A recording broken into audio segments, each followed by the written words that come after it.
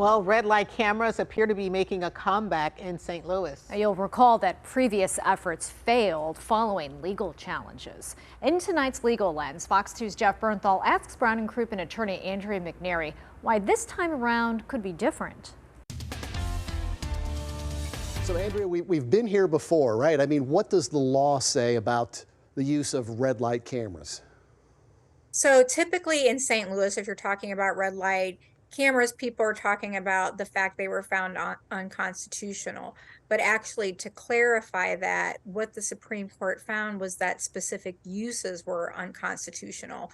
So previously, under the red light camera ordinance, you would be fined if your vehicle was found to violate a stop sign or a red light.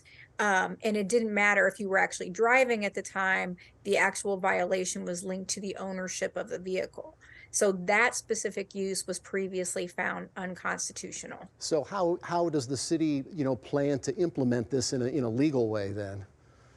So what the draft proposal from the Board of Aldermen bill basically says is that cameras would take pictures of potential people who had broken the law by running red lights or running stop signs. That information would be transmitted to the police, and the actual video would include the violation, the person's face, and the actual license plate. So then the police would be able to take that information, synthesize it, and arguably make a determination as to who actually violated the light or the stop sign, and then make a citation off of that. Do you see any legal hurdles, in the way that could potentially put a stop in this plan?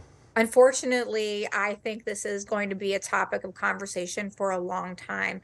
There's, right to privacy, due process, and issues associated with using cameras in any context out in a public forum, and I'm sure there will be questions as to the legitimacy of how they are determining who violates ordinances or not. So even if passed, I can see this being a subject that goes before the courts and possibly all the way up to the Missouri Supreme Court again. We will continue to check in with you, Andrea McNairy from Brown and Crouppen. As always, we appreciate your time. Thank you. Thank you. Jeff Bernthal, Fox 2 News.